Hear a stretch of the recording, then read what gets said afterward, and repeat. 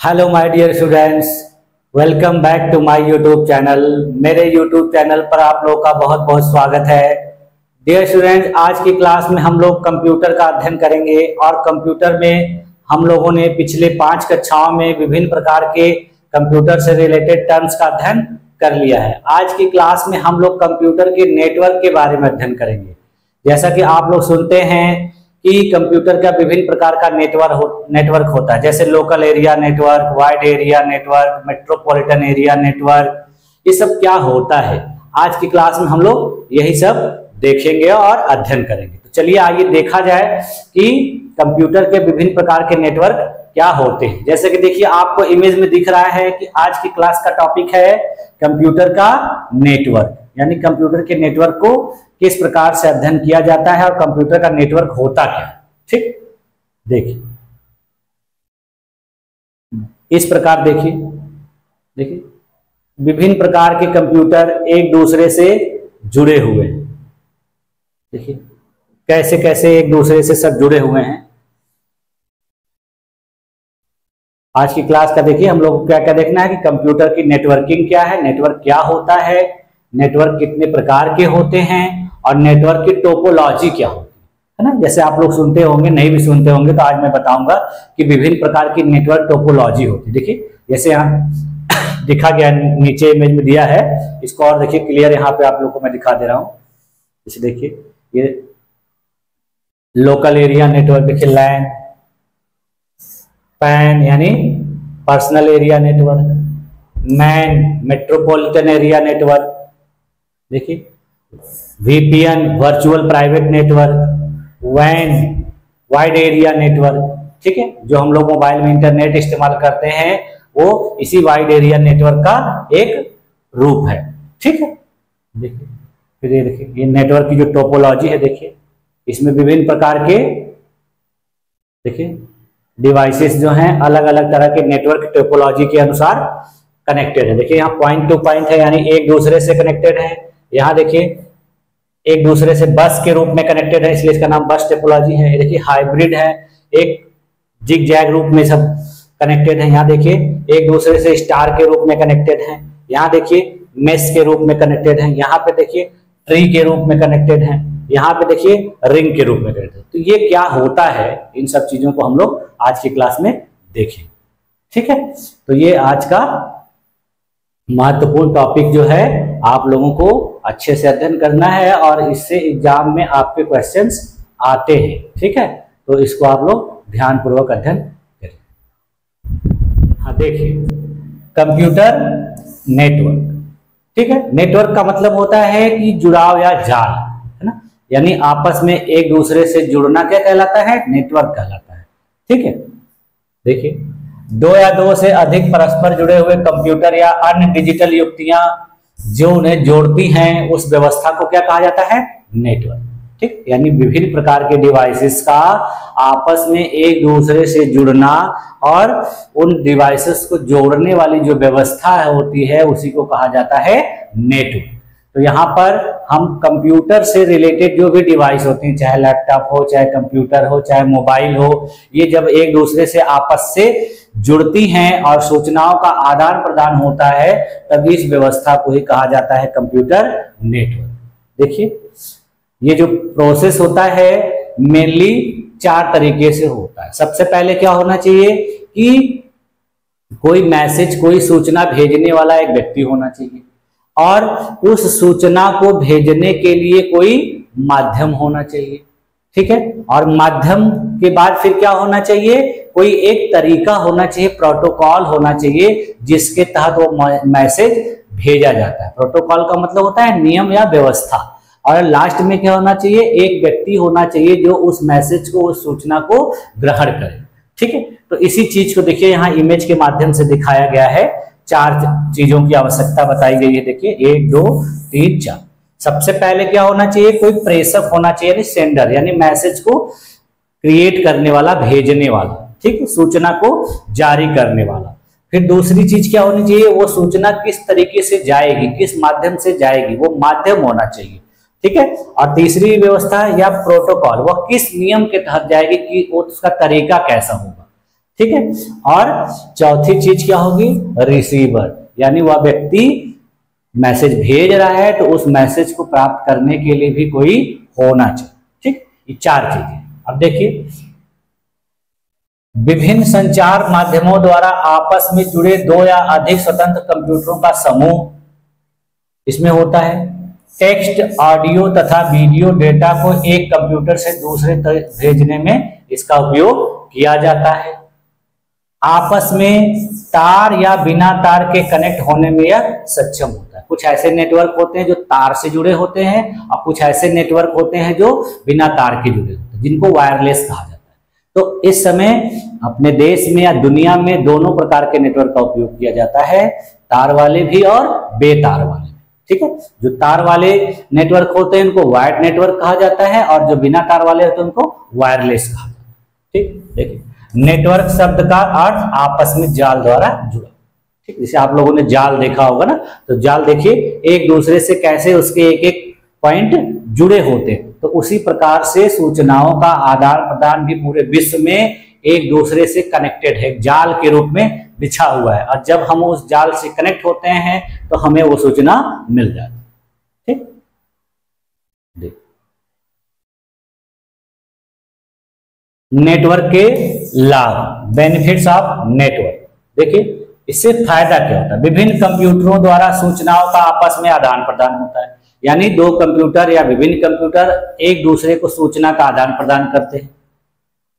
सूचना की तेज गति और शुद्धता के साथ आदान प्रदान होता है, यानी इसमें सूचना की गति बहुत तेज होती है। आपने एक नेटवर्क पर कोई सूचना रखी और तुरंत सब जगह पहुंच जाती। ठीक, कम खर्च में डेटा ट्रांसफर, यानी इसमें जो डाटा होता है, सूचना होती है, बहुत कम खर्च में बहुत ज्यादा लोगों तक पहुंच जाती है। ठीक है, देखिए, डाटा, सूचना और महंगे डिवाइसेस का संयुक्त प्रयोग होता है इसमें, यानी देखिए डाटा भी होता है, सूचना भी होती है और सस्ते और महंगे विभिन्न प्रकार के इंस्ट्रूमेंट, डिवाइस भी इससे जुड़े होते हैं, कनेक्ट। प्रोटोकॉल देखिए क्या करते हैं, प्रोटोकॉल का मतलब होता है नियम या व्यवस्था या कानून। ठीक है, देखिए हिंदी में अर्थ इसका होता है नियमों का क्रमबद्ध समूह। ठीक है, और अंग्रेजी में से कहते हैं a sequential set of rules and procedure. देखिए, नेटवर्क पर विभिन्न कंप्यूटरों द्वारा संचार स्थापित करने तथा डेटा स्थानांतरण को सुविधाजनक करने हेतु बनाए गए नियमों और प्रक्रियाओं को क्या कहा जाता है, प्रोटोकॉल। जब भी हम अपना कोई काम भी करते हैं तो वो प्रोटोकॉल के तहत जब किया जाए, किसी नियम के तहत किया जाए, व्यवस्थित तरीके से किया जाए तो वो काम सही होता है। तो उसी प्रकार से कंप्यूटर का भी नेटवर्क होता है, प्रोटोकॉल होता है। जब उसको उस तरीके से आप करेंगे तो वो व्यवस्थित तरीके से होगा, तो इसी को प्रोटोकॉल की संज्ञा दी जाती है। प्रोटोकॉल देखिए कितने प्रकार के होते हैं, विभिन्न प्रकार के प्रोटोकॉल का हम अध्ययन कर लेते हैं। जैसे देखिए, एक होता है इंटरनेट प्रोटोकॉल, जिसको आईपी कहा जाता है। ठीक है, ये देखिए क्या करता है, एक कंप्यूटर से दूसरे कंप्यूटर में डेटा ट्रांसफर करने में इसका उपयोग किया जाता है। हम लोग देखिए जब अपने किसी सिस्टम पे काम करते हैं तो उसका देखिए एक इंटरनेट प्रोटोकॉल होता है, एक आईपी एड्रेस होता है। ठीक है, देखिए नेटवर्क में जुड़े सभी प्रकार के कंप्यूटर का यूनिक पता होता है, यानी आप किस कंप्यूटर पे काम कर रहे हो उसका वही इंटरनेट प्रोटोकॉल जो होता है उसका पता होता है, एड्रेस होता है। ठीक है, देखिए आईपी एड्रेस ही प्रत्येक कंप्यूटर की पहचान बताता है। डेटा को डेस्टिनेशन तक पहुंचाने हेतु मदद करने में इसका उपयोग किया जाता है। डेटा ट्रांसफर के दौरान कई पैकेट्स में बंट जाने पर प्रत्येक पैकेट्स में इंडेक्स और रिसीवर के आईपी एड्रेस शामिल करने के लिए इसका उपयोग किया जाता है। ठीक, फिर देखिए दूसरा क्या है, यूजर डाटाग्राम प्रोटोकॉल, इसको शॉर्टकट में यूडीपी कहा जाता है। ये देखिए क्या होता है, कुछ हिस्सों में टीसीपी प्रोटोकॉल की तरह प्रयुक्त टीसीपी की तरह क्षमता इसमें नहीं होती है। छोटे साइज के डेटा पैकेट्स का नाम है डेटाग्राम, यानी छोटे छोटे जो डाटा होते हैं, सूचना होती है, उनको भेजने का यह एक प्रोटोकॉल है। देखिए अब देखते हैं टीसीपी के बारे में, ट्रांसमिशन कंट्रोल प्रोटोकॉल, जिसको शॉर्टकट में टीसीपी कहा जाता है। देखिए बिना टीसीपी के कम्युनिकेशन असंभव होता है, यानी बिना टीसीपी के कोई भी संचार संभव हो ही नहीं सकता। दो डिवाइसेस के बीच कनेक्शन को बनाने एवं डेटा लेन देन की अनुमति देने में यह प्रयुक्त होता है। दो डिवाइसेस के बीच में कनेक्शन और डाटा के आदान प्रदान की अनुमति के लिए इसका उपयोग किया जाता है। इसे देखिए पैकेज लॉस्ट हो जाने पर इसे रिसीव करने में इसका उपयोग किया जाता है। इंटरनेट पर टीसीपी आईपी सबसे महत्वपूर्ण प्रोटोकॉल होता है, यानी इंटरनेट पर सबसे महत्वपूर्ण प्रोटोकॉल यही होता है। इसी के माध्यम से दो कंप्यूटर के बीच कनेक्शन स्थापित होता है और सूचना का या डाटा का लेन देन संभव हो पाता है। देखिए, सभी पैकेट्स को सही क्रम में बनाकर डेटा डिलीवरी की गारंटी प्रदान करने में यह सक्षम होता है। इसके द्वारा आईपी के साथ मिलकर कार्य किया जाता है। अब देखिए, सिंपल मेल ट्रांसफर प्रोटोकॉल, इसको कहा जाता है एसएमटीपी। इसका इस्तेमाल हम लोग कहाँ करते हैं या कहाँ होता है? जब हम विभिन्न प्रकार के मेल का उपयोग करते हैं, जैसे आप लोग सुने होंगे Google mail, Yahoo mail, Hotmail, तो उसमें इसका इस्तेमाल किया जाता है। देखिए, इसके साथ POP3 यानी पोस्ट ऑफिस प्रोटोकॉल 3 का भी इस्तेमाल किया जाता है। दोनों एक ही कार्य हेतु प्रयोग किए जाते हैं। जहां देखिए SMTP मेल सेंड करने हेतु प्रयुक्त होता है, वहीं POP3 मेल रिसीव करने, यानी SMTP को मेल भेजने के लिए उपयोग किया जाता है और POP3 का, पोस्ट ऑफिस प्रोटोकॉल 3 का, मेल को रिसीव करने। ठीक है, ये सब हम क्या देख रहे हैं? नेटवर्क के विभिन्न प्रकार के प्रकार। हाइपर टेक्स्ट प्रोटोकॉल, ठीक है, ये देखिए क्या होता है। इसका सबसे ज्यादा इस्तेमाल कहां पर होता है? हम इंटरनेट के माध्यम से जब किसी वेब पेज को यूज करते हैं तब इसका इस्तेमाल होता है। देखिए, वर्ल्ड वाइड वेब में वेब पेजों को ट्रांसफर करने हेतु बनाए गए नियमों का समूह। जब हम इंटरनेट इस्तेमाल करते हैं तो उसी इंटरनेट के माध्यम से विभिन्न प्रकार के वेब पेज को हम ओपन करते हैं, हमारी जैसी जरूरत होती है। तो हम जब एक एक चीज को क्लिक करते जाते हैं, टच करते जाते हैं, तो अलग अलग पेज खुलता चला जाता है। तो वो अलग अलग पेज किस वजह से खुलता है? इसी के वजह से। देखिए, कभी कभी इसका केवल फुल फॉर्म ही एग्जाम में पूछ लेता है कि HTTP का पूर्ण रूप क्या है, तो आपको पता होना चाहिए। या HTTP का इस्तेमाल कहाँ होता है? तो HTTP का इस्तेमाल कहाँ होता है? इंटरनेट के प्रयोग के दौरान जब हम किसी सूचना को नेट से सर्च करते हैं तो जो पेज खुलता है, उस पेज पे जो विभिन्न प्रकार की सूचनाएं रहती है, जैसे हम उसको टच करते हैं, क्लिक करते हैं, तो वो सूचना हमारे सामने प्रदर्शित हो जाती है। तो किसके माध्यम से होती है? इसी HTTP के माध्यम। देखिए, बिना HTTP के वेब और दूसरे क्लाइंट सर्वर प्रोटोकॉल पर किसी भी तरह का डेटा ट्रांसफर होने में समस्या आती है, अक्षम होता है। यूजर द्वारा किसी वेब पेज को रिक्वेस्ट करने पर इसका लोड होना HTTP द्वारा ही संभव है। ये बोला ना कि जब हम किसी चीज को सर्च करते हैं, जब वो पेज खुलता है तो इसी की वजह से होता है। अगर ये ना रहे तो हम उस पेज को सर्च करने में अक्षम हो जाएंगे, नहीं खुलेगा हमारा वो। अब देखिए, अगला प्रोटोकॉल देखिए क्या है? FTP, जिसको फुल फॉर्म है फाइल ट्रांसफर प्रोटोकॉल। ये देखिए कहाँ इस्तेमाल होता है? वेबसाइट पर काम करने वाले फाइल्स को अपलोड या डाउनलोड और ट्रांसफर जैसे कार्य करने में इसका उपयोग किया जाता है। फाइल ट्रांसफर प्रोटोकॉल का मतलब हो गया कि जब हम कंप्यूटर पर कोई काम करते हैं तो एक फाइल दूसरे कंप्यूटर में भेजते हैं, या किसी दूसरे कंप्यूटर से फाइल को अपने कंप्यूटर में लेते हैं, या इंटरनेट पे कोई चीज लोड करते हैं या डाउनलोड करते हैं, तो ये सारी चीजें किसके वजह से संभव हो पाती हैं? FTP की, यानी फाइल ट्रांसफर प्रोटोकॉल। फिर देखिए, अगला है इंटरनेट मैसेज एक्सेस प्रोटोकॉल, इसको कहा जाता है IMAP। ठीक है, ये देखिए क्या किया जाता है? यूजर द्वारा भेजे गए मेल को मेल सर्वर पर स्टोर करने में इसका इस्तेमाल किया जाता है। यानी हमने गूगल से कोई मेल भेजा तो वो मेल गूगल के सर्वर पर जाने के लिए जिस प्रोटोकॉल का इस्तेमाल किया जाता है उसी को IMAP कहा जाता है। इसमें देखिए क्या होता है? यूजर द्वारा यूजर ID और पासवर्ड डालकर लॉगिन करने के दौरान मेल को एक्सेस कराने में यह मददगार होता है। जैसे ही हम कोई मेल भेजते हैं तो हम उसके लिए देखिए क्या करते हैं, अपने गूगल आईडी में यूजर आईडी और पासवर्ड का इस्तेमाल करते हैं।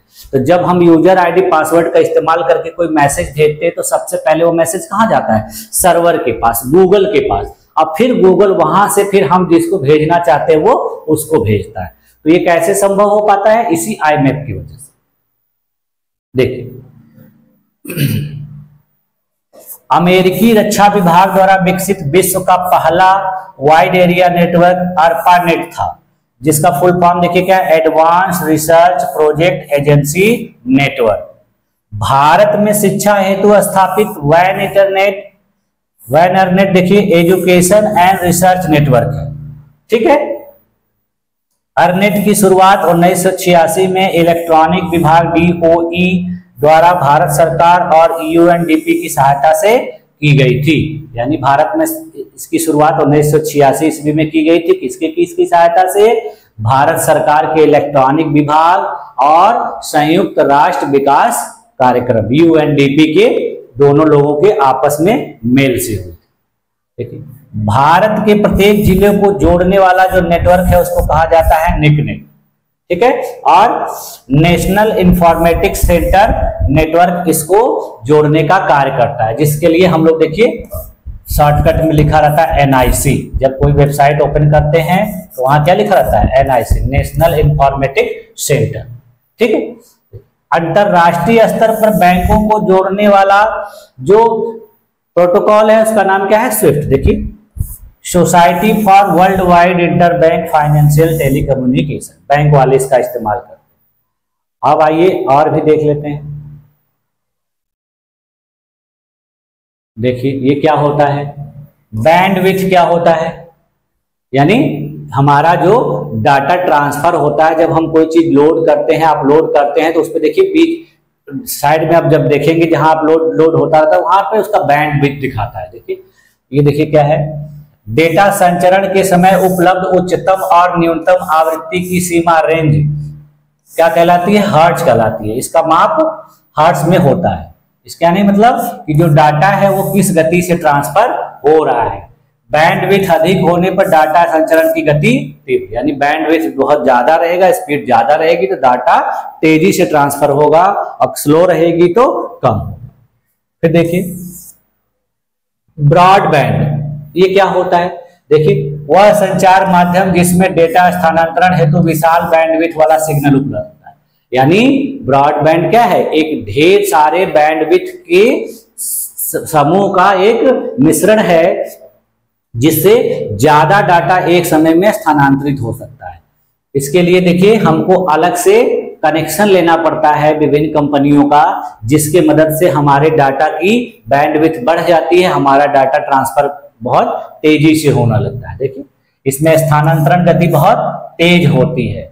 इसमें देखिए DSL का उपयोग किया जाता है, डिजिटल सब्सक्राइबर लिंक। इसमें देखिए किस किस चीज का उपयोग किया जाता है, जैसे टीवी केबल। पहले देखिए बहुत से ऐसे जो कंपनियां हैं टीवी केबल के माध्यम से हमको इंटरनेट या ब्रॉडबैंड की सुविधा प्रदान करती हैं। कुछ कंपनियां हैं जैसे देखिए ऑप्टिकल फाइबर के माध्यम से हमें डाटा उपलब्ध कराती है, हाई बैंडविड्थ होता है, स्पीड बहुत तेज होती है, ठीक। फिर उसके बाद देखिए RS-232 क्या होता है, सीरियल बाइनरी डेटा या संकेतों को कम दूरी तथा केबल द्वारा स्थानांतरित करने में इसका उपयोग किया जाता है। इसमें देखिए मॉडेम का उपयोग किया जाता है, प्रिंटर का, माउस का, कंप्यूटर के सीरियल पोर्ट से ये जोड़ता है, ठीक है। यानी यह भी डाटा ट्रांसफर का एक प्रकार है, लेकिन ये छोटे दूरी तक, यानी हमारे कीबोर्ड से कंप्यूटर, माउस से कंप्यूटर, मॉडेम से कंप्यूटर, मतलब छोटी दूरी का, ठीक। सर्वर देखिए क्या होता है, नेटवर्क के किसी एक नोड को संचारित व नियंत्रित करने की एक मशीन होती है। नेटवर्क से जुड़े प्रत्येक कंप्यूटर को विभिन्न सेवाएं प्रदान करने में यह उपयोगी होता है। इसके बिना कंप्यूटर से जुड़े नेटवर्क को कंट्रोल करना मुश्किल है, ठीक।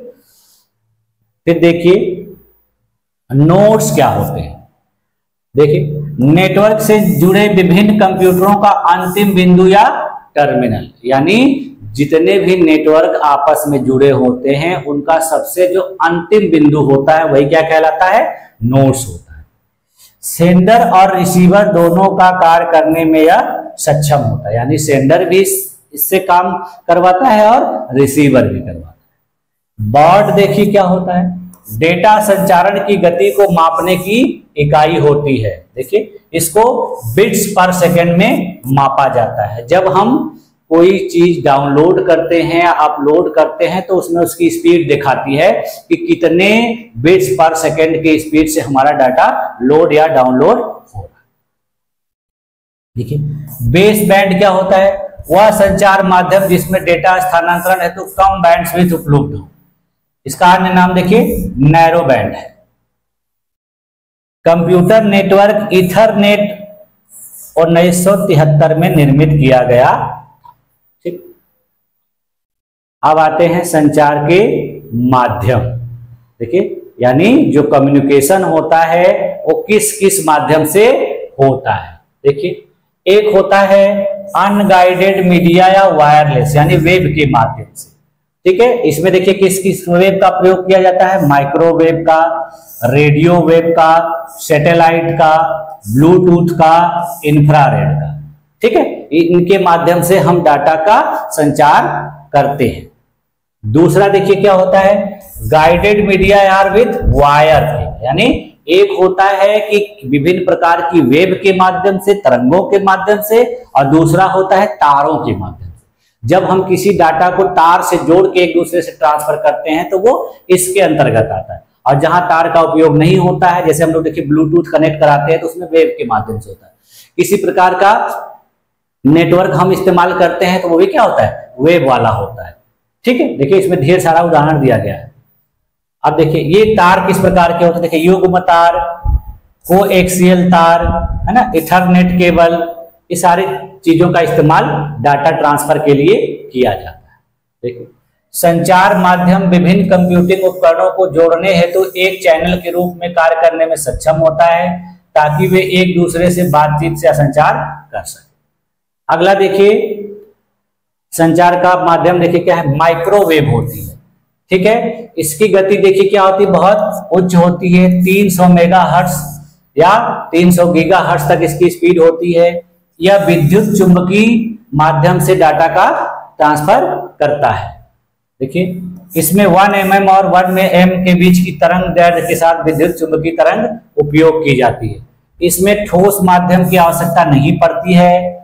इसमें कम लंबाई के पैराबोलिक एंटीना का प्रयोग किया जाता है। 20 से 30 किलोमीटर के बीच एक रिपीटर इसमें उपयोग किया जाता है। ठीक, देखिए फिर देखिए रेडियो वेव, वे विद्युत चुंबकीय तरंगे जिनकी आवृत्ति रेंज 500 किलोहर्ट्ज से लेकर 1000 मेगाहर्ट्ज तक होती है।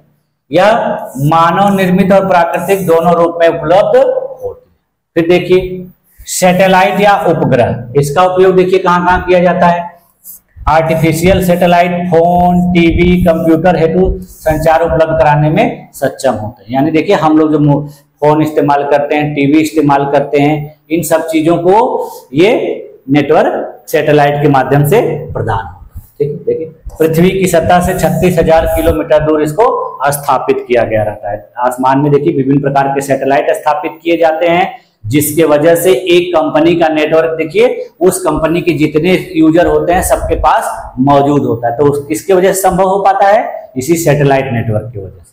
ठीक है, सब लोगों के पास वाईफाई या तार के वजह माध्यम से इंटरनेट या फिर डाटा पहुंचाना संभव नहीं होता है, तो उसके लिए किसका इस्तेमाल किया जाता है, सैटेलाइट का। और भी प्रकार देख लीजिए, ब्लूटूथ को देखिए क्या कहते हैं, वायरलेस संचार हेतु यह भी एक प्रोटोकॉल है। छोटे वेवलेंथ की रेडियो तरंगों का प्रयोग कर कम दूरी 100 मीटर तक डेटा का ट्रांसफर इससे संभव हो जाए। बहुत छोटा कनेक्शन स्थापित करने के लिए होता है। इंफ्रारेड देखिए, तरंग दैर्ध्य विद्युत चुंबकीय विकिरण की तुलना में अधिक लंबा होता है। मानव आंखों के द्वारा यह दिखता नहीं है। 1 मिलीमीटर से दृश्यपन स्पेक्ट्रम के लाल किनारे तक इसकी पहुंच संभव होती है और 700 नैनोमीटर तक होता है। वाईफाई देखिए क्या होता है, इसका पूर्ण रूप है वायरलेस फिडेलिटी। ठीक है, इसमें देखिए रेडियो तरंगों की मदद से नेटवर्क और इंटरनेट तक पहुंचने की यह एक युक्ति होती है। लोकल एरिया नेटवर्क तैयार करने में इसका उपयोग किया जाता है। इसकी एक्सेस पॉइंट देखिए 100 मीटर की दूरी के बीच में होती है। यह मोबाइल फोनों को बेतार तकनीक द्वारा जोड़ने में सक्षम होता है, यानी इसके द्वारा मोबाइल फोन बिना तार के आपस में एक दूसरे से जुड़ जाते हैं। फिर देखिए लाइफ फाई क्या होता है, इसका देखिए फुल फॉर्म पूछा जाता है एग्जाम में, तो ये ध्यान रखिएगा। इसका देखिए पूर्ण रूप होता है लाइट फिडेलिटी। यह देखिए क्या करता है, उच्च गति से संचार प्रदान करने वाला बेतार तकनीक है। ये भी बेतार है, ये भी थे, लेकिन इसकी गति बहुत ज्यादा होती है। विजिबल लाइट संचार यानी डाटा भेजने हेतु एलईडी तथा प्राप्त करने हेतु फोटो डायोड का प्रयोग इसमें किया जाता है। फिर देखिए एक और माध्यम है WLL। देखिए पहले क्या होता था कि टेलीफोन कनेक्शन लोग लेते थे, उसी के साथ इंटरनेट का कनेक्शन लेते थे, तो उसमें इसी का इस्तेमाल किया जाता था। देखिए इसका रूप वायरलेस लोकल लूप होता है। देखिए स्थानीय बेतार तकनीक जिसमें बड़ा बैंडविड्थ तथा उच्च गति के डेटा संचरण के साथ टेलीफोन सुविधा प्रदान करने में यह उपयोग किया जाता था। पहले देखिए BSNL का जब लोग इंटरनेट कनेक्शन लेते थे तो वो इसी प्रकार के प्रोटोकॉल का उपयोग करता था। देखिए world wide interoperability for microwave access, जिसको वाईमैक्स कहा जाता है, ये भी देखिए BSNL के द्वारा ही शुरू किया गया था, लेकिन अब इसको धीरे धीरे बंद कर दिया गया है, प्रचलन में बहुत कम है। ठीक, अब देखिए कुछ और भी चीजें हैं, जैसे देखिए हम लोग डायल अप लाइन का प्रयोग करते थे। जो फोन आता था, जो बॉक्स वाला फोन आता था, उसमें इसका प्रयोग किया जाता था। फिर ठीक है, देखिए फिर अभी हम लोग जो मोबाइल सिम इस्तेमाल करते हैं, देखिए GSM सिम होता है, जिसका फुल फॉर्म होता है global system for mobile communication. इसका भी उपयोग देखिए किस लिए किया जाता है, विभिन्न प्रकार के मोबाइल में सिम लगे होते हैं, वो GSM होते हैं। देखिए इससे देखिए क्या होता है कि बिना फोन बदले इसमें हम अपना जो भी जरूरत का काम होता है, मैसेज भेज सकते हैं, कॉल कर सकते हैं, सारा काम कर सकते हैं। ठीक, फिर देखिए लीज लाइन क्या होती है, बड़ी संस्थाओं द्वारा अपने ब्रांच ऑफिस को जोड़ने के लिए, यानी बहुत सारे कंपनियां होती हैं, बहुत से बैंक होते हैं जो लीज लाइन का उपयोग करते हैं, जिसमें वो आपस में एक दूसरे को कनेक्ट करते हैं। ठीक है, देखिए लीज लाइन द्वारा लोकल एरिया में नेटवर्क में इसको उपयोग किया जाता है। इसकी क्षमता देखिए बिट्स पर सेकेंड और दूरी पर निर्भर होती है। ठीक, फिर देखिए इसी प्रकार का एक होता है DSL, डिजिटल सब्सक्राइबर लिंक। इसमें देखिए डिजिटल डाटा ट्रांसमिशन हेतु टेलीफोन लाइन का इसमें उपयोग किया जाता है। कंप्यूटर का सदैव नेटवर्क से कनेक्शन होता है, इस हेतु DSL मॉडेम इसमें उपयोग किया जाता है। संपर्क स्थापित करने हेतु डायल करने की जरूरत नहीं होती है। डेटा संचार हेतु ADSL यानी एसिमेट्रिक डिजिटल सब्सक्राइबर लिंक का उपयोग किया जाता है। ISDN देखिए क्या होता है, इसका पूर्ण रूप देखिए क्या है, इंटीग्रेटेड सर्विस डिजिटल नेटवर्क। पूर्ण रूप देखिए बहुत इंपॉर्टेंट है, इसको आप लोग को ध्यान रखना है। डिजिटली डेटा संचरण के कारण मॉडेम की जरूरत इसमें नहीं पड़ती है। बिना शोर के यानी आवाज के या डेटा और इमेज का स्थानांतरण करता है। इंटरनेट से जुड़े होने के बावजूद फोन पर बात संभव हो पाती है। ठीक है, आप इंटरनेट से जुड़े होंगे, उसके बावजूद भी फोन पे बात हो पाती है। ये देखिए डायल अप लाइन विकसित रूप है। इसमें देखिए कमांड तथा डेटा के लिए 64 kbps के 2 चैनल प्रयुक्त किए जाते हैं। CDMA देखिए क्या होता है, ये CDMA मोबाइल भी देखिए पहले बहुत चलन में था, इस समय धीरे धीरे अब कम हो गया है। अब ज्यादातर प्रयोग किसका हो रहा है, GSM मोबाइल का। पहले क्या होता था कि हम बिना सिम वाला भी मोबाइल आता था, जिसमें सिम नहीं लगता था, यानी पहले से इनबिल्ट होता था। ठीक है, उसको हम चेंज नहीं कर सकते थे, यानी दूसरा कोई कंपनी का सिम नहीं, जिस कंपनी का है उसी का। जैसे रिलायंस का भी सिम मोबाइल आता है, जिसमें दूसरे किसी कंपनी का सिम आप इस्तेमाल नहीं कर सकते, केवल जियो का ही सिम लगता है, तो वो इसी का उदाहरण है। देखिए code division multiple access 3G पर आधारित तकनीक मोबाइल फोन संचालन में इसका उपयोग किया जाता है। अब देखिए वायरलेस ब्रॉडबैंड, रेडियो तरंगों की सहायता से बिना तार के तीव्र गति से डाटा संचरण की गति संभव हो पाती है। इसमें 2 तकनीक वाईफाई तथा वाईमैक्स का उपयोग किया जाता है। ठीक है, मॉडेम की सहायता से dial up line telephone line की तरह यह स्थापित किया जाता है और इसका उपयोग किया जाता है। अब देखिए कंप्यूटर नेटवर्क का वर्गीकरण। कंप्यूटर नेटवर्क को देखिए विभिन्न प्रकार से वर्गीकृत किया गया है, जिसको हम लोग जानते हैं PAN, LAN, W LAN, CAN, MAN, वैन। ठीक, अब इनको देखते हैं। देख, पर्सनल एरिया नेटवर्क क्या होता है? किसी व्यक्ति या संस्था के अधिकार क्षेत्र के भीतर 10 मीटर से 100 मीटर तक कनेक्टेड कंप्यूटरों का नेटवर्क होता है। यानी इसकी रेंज बहुत कम होती है, या 10 से 100 मीटर के बीच में एक दूसरे से कनेक्ट होने वाले व्यक्तियों के द्वारा उपयोग किया जाता है या संस्थाओं के द्वारा किया जाता है। ठीक, फिर देखिए लैन का क्या काम है? इसको लोकल एरिया नेटवर्क कहा जाता है। किसी एक ऑफिस, बिल्डिंग, फैक्ट्री या विश्वविद्यालय कैंपस के छोटे भौगोलिक क्षेत्र यानी लगभग 1 से 10 किलोमीटर तक विस्तारित यह नेटवर्क होता है। ठीक है, यानी ये इससे थोड़ा सा बड़ा होता है। किसी फैक्ट्री, कंपनी, कॉलेज के कैंपस, इतने एरिया में इसका विस्तार होता है। इसकी देखिए आकार छोटा, गति तेज एवं त्रुटियां इसमें कम होती हैं। ऑनर या संस्था का पूर्ण नियंत्रण होता है इस पर, यानी यह जिसका नेटवर्क होगा उस पर इसका पूरा नियंत्रण होगा। वो अगर किसी को एक्सेस देगा तभी अगला व्यक्ति यूज कर सकता है, नहीं तो नहीं। फिर देखिए wireless local area network, W LAN क्या होता है? एक छोटे भौगोलिक क्षेत्र में बिना तार के कंप्यूटरों का नेटवर्क होता है। इसकी रेंज देखिए सीमित क्षेत्र में गतिशील होने की आजादी होती है। इसका उदाहरण है वाईफाई। देखिए कैंपस एरिया नेटवर्क देखिए क्या होता है? किसी स्कूल, कॉलेज, यूनिवर्सिटी, संस्था या किसी अन्य बड़े कैंपस के भीतर स्थित कंप्यूटरों का यह नेटवर्क होता है। यानी किसी संस्थान के अंदरूनी कार्यों के लिए इसका उपयोग किया जाता है, और इसकी रेंज देखिए 1 से 5 किलोमीटर तक होती है। मेट्रोपॉलिटन एरिया नेटवर्क देखिए ये और बड़ा होता है। किसी बड़े भौगोलिक क्षेत्र लगभग 100 किलोमीटर में स्थित निजी और सार्वजनिक कंप्यूटर को जोड़ने में इसका उपयोग किया जाता है। इसका उदाहरण देखिए केबल टेलीविजन नेटवर्क है।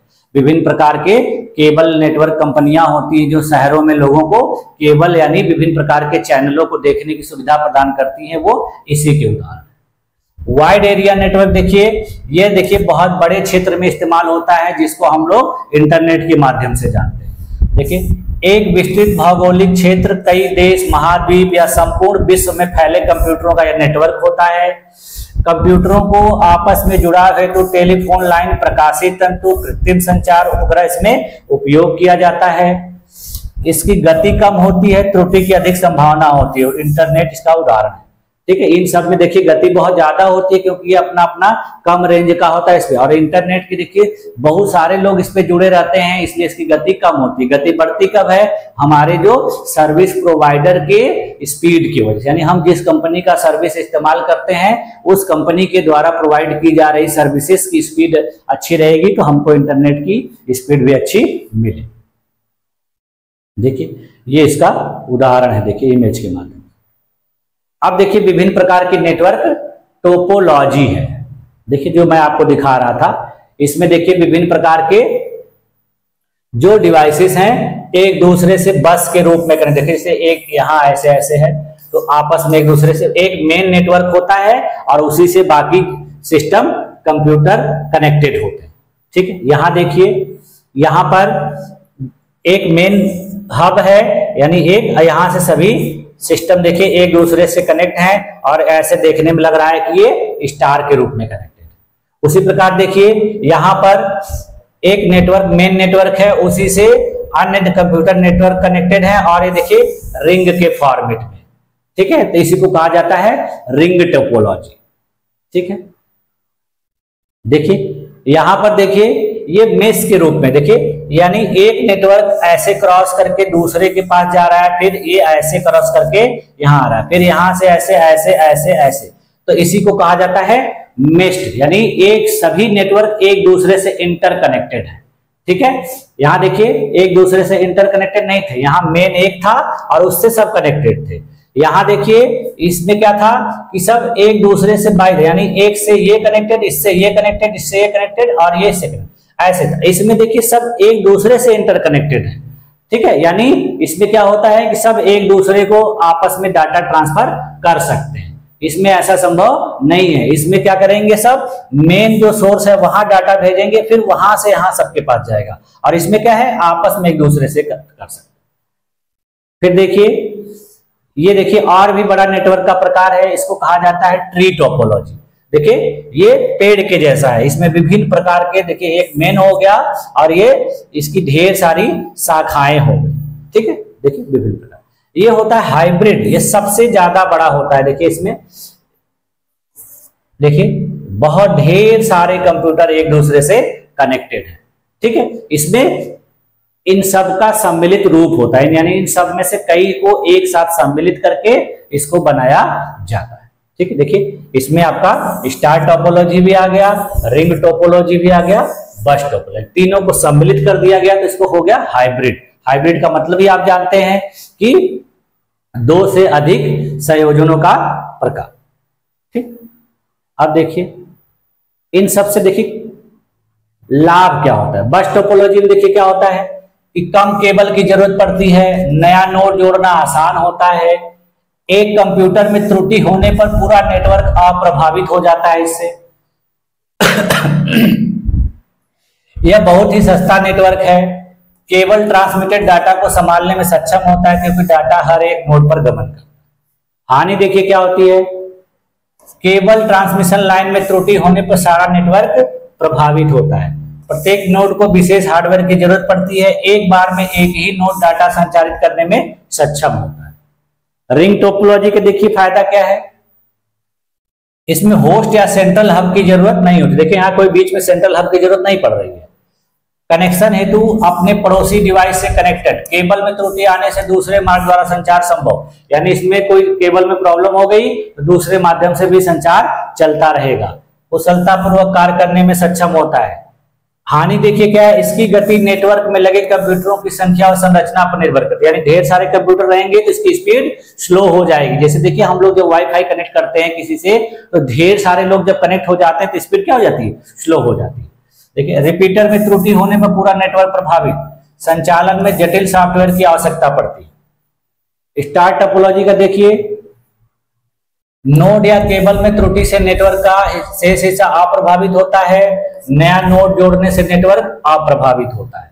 हानि देखिए क्या होती है, केंद्रीय हब, इसमें देखिए मैंने क्या बताया, बीच में सेंट्रल हब होता है जिससे होस्ट कंप्यूटर में त्रुटि आने पर पूरा नेटवर्क फेल हो सकता है, प्रभावित हो सकता है। ट्री टोपोलॉजी देखिए क्या होता है, इसको मैनेज और मेंटेन करना सरल होता है, गलती ढूंढने और रखरखाव में इससे आसानी होती है, एक नोड के क्षतिग्रस्त होने पर अन्य नेटवर्क अप्रभावित होते, जैसे एक में खराबी हो गई तो इससे ये कनेक्ट नहीं होगा लेकिन बाकी कनेक्ट हो रहेंगे। ठीक है, अलग अलग सेगमेंट हेतु पॉइंट टू पॉइंट वायरिंग किया, इसमें अलग अलग नेटवर्क के लिए अलग अलग वायरिंग, एक नेटवर्क गड़बड़ चल रहा है कहीं का तो बाकी चलते रहेंगे। ठीक है, देखिए इसके लिए समस्या क्या हो जाती है कि तार बिछाना तथा कॉन्फ़िगर करना कठिन हो जाता है, बैकबोन लाइन टूटने पर पूरा सेगमेंट प्रभावित हो जाता है, बड़ी केबलिंग की आवश्यकता पड़ती है इसमें। देखिए बहुत बड़ा जब नेटवर्क होता है तो इसमें ढेर सारे केबल लगाने पड़ते हैं, बड़ी बड़ी कंपनियों में इसका इस्तेमाल किया जाता है। देखिए मेश टोपोलॉजी का देखिए क्या है, यह नेटवर्क अधिक दूरी पर सिग्नल को ट्रांसमिट करने में सक्षम होता है, किसी नोड में त्रुटि होने पर डेटा संचारण अप्रभावित होता है, इससे देखिए नया नोड जोड़ने से भी संचरण अप्रभावित होता है, अधिक सुरक्षित प्रोटोकॉल होने के कारण गुप्त रूप से डेटा स्थानांतरित करना इसमें संभव होता है, हाई अमाउंट ट्रैफिक को मैनेज करना यह आसान होता है। इसमें देखिए हानि क्या है, इसमें बहुत अधिक पावर की आवश्यकता पड़ती है, इसका निर्माण एवं रखरखाव बहुत महंगा होता है, देखिए बहुत विस्तृत होता है, इसमें अधिक केबल तार की आवश्यकता पड़ती है, नेटवर्क में उपस्थित सभी उपकरणों को जोड़ने हेतु अधिक मात्रा में इनपुट आउटपुट पोर्ट्स की आवश्यकता पड़ती है, मेश के साथ मेंटेनेंस बहुत ही चुनौतीपूर्ण होता है। हाइब्रिड का देखिए, ट्रैफिक को आसानी से हैंडल करने में सक्षम होता है, जरूरत पड़ने पर संशोधन करना इसमें संभव होता है, त्रुटि को पता लगाना या निवारण करना इसमें आसान होता है, बड़े नेटवर्क बनाने में बहुत उपयोगी होता है, यह बहुत ही विश्वसनीय नेटवर्क होता है, इसमें नेटवर्क बढ़ाना आसान होता है। इसकी देखिए हानि क्या है, यह बहुत महंगा नेटवर्क है, इसका इंस्टॉलेशन प्रोसेस बहुत कठिन होता है, देखिए इतने सारे कंप्यूटर होते हैं, इनको इंस्टॉल करने में लोगों को बहुत दिक्कत होती है, बैकबोन क्षतिग्रस्त होने नेटवर्क के प्रदर्शन पर प्रभाव होता है, इसकी डिजाइनिंग प्रक्रिया बहुत ही कठिन होती है, जो इंजीनियर होते हैं वो डिजाइन करने में इसको कठिनाई महसूस करते हैं। ठीक है, अब आते हैं देखिए और इंपॉर्टेंट चीजें, इंट्रानेट, एक्स्ट्रानेट और इंटरनेट। ठीक है, देखिए इंट्रानेट क्या होता है, निजी या संस्थागत ऑफिस के भीतर स्थापित नेटवर्क, यानी किसी निजी या प्राइवेट संस्था के अंतर जो नेटवर्क इस्तेमाल होता है उसको कहा जाता है इंट्रानेट।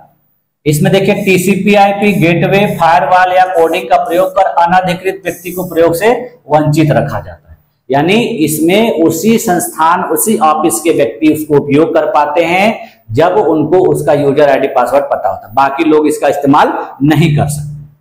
एक्स्ट्रानेट देखिए क्या होता है, इसका रेंज थोड़ा सा ज्यादा होता है।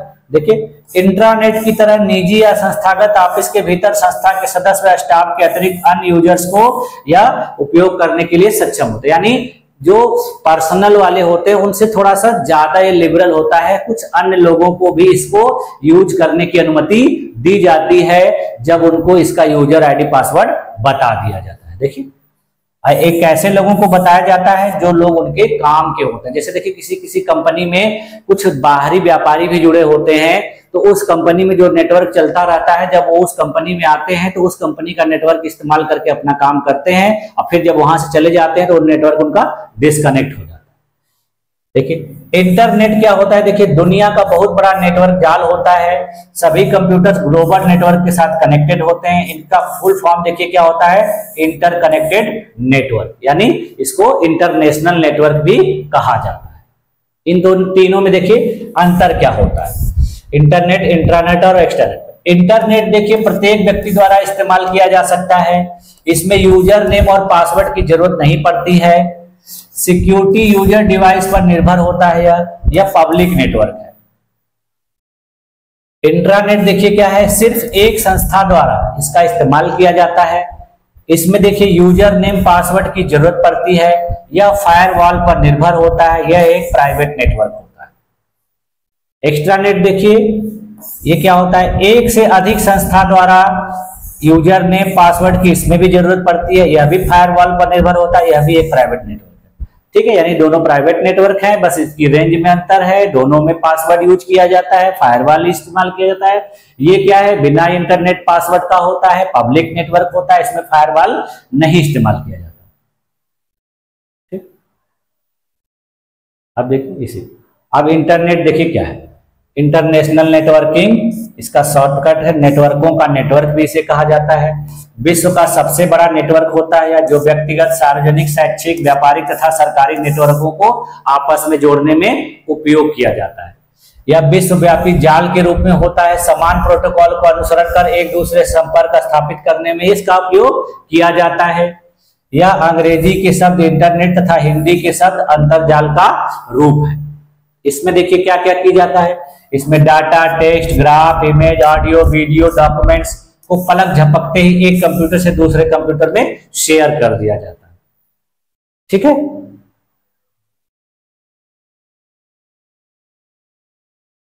इसके देखिए विकास का जो क्रम है ये आप लोगों को उतना नहीं भी जानेंगे तो भी कोई दिक्कत नहीं है।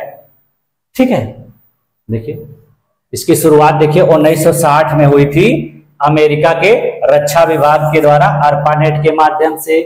फिर देखिए 1962 में इसको और आगे किया गया, फिर इसमें देखिए 1967 में कार्य किए गए, फिर 1969 में इसका और विकास किया गया, 1974 में, 1982 में, इसी प्रकार देखिए 1987 में फिर टिम बर्नर्ली के द्वारा HTML के रूप में इसका उपयोग किया गया और उन्होंने वर्ल्ड वाइड वेब की खोज की, यानी WW आया। फिर उसके बाद देखिए ARPANET का समापन हो गया और नेटवर्क ऑफ नेटवर्क के रूप में इसका इस्तेमाल किया जाने लगा। फिर देखिए 1991 में वाइड एरिया इंफॉर्मेशन सर्वर के रूप में यह विकसित हुआ।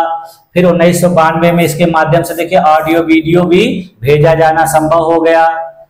ठीक है, फिर देखिए 1993 में मार्क एंडरसन द्वारा वर्ल्ड वाइड वेब पर प्रयुक्त पहला ग्राफिकल ब्राउजर विकसित किया गया, इसका उपयोग निःशुल्क किया गया। फिर देखिए 1984 में इसमें जापान यूनिवर्सिटी के नेटवर्क का विकास किया गया। फिर इसमें देखिए फ्री नेट लाया गया। फिर 1984 ईस्वी में देखिए वर्ल्ड वाइड वेब कंसोर्टियम की स्थापना की गई और 1995 ईस्वी में देखिए विदेश संचार निगम लिमिटेड की स्थापना की गई और भारत में इंटरनेट सेवा का प्रारंभ हो गया। यानी अगर पूछा जाए कि भारत में इंटरनेट सेवा कब प्रारंभ की गई तो क्या बताएंगे 1995 में। किसके द्वारा की गई तो विदेश संचार निगम लिमिटेड के द्वारा। ठीक है, 15 अगस्त को यानी स्वतंत्रता दिवस के दिन इसका शुरुआत किया गया। ठीक,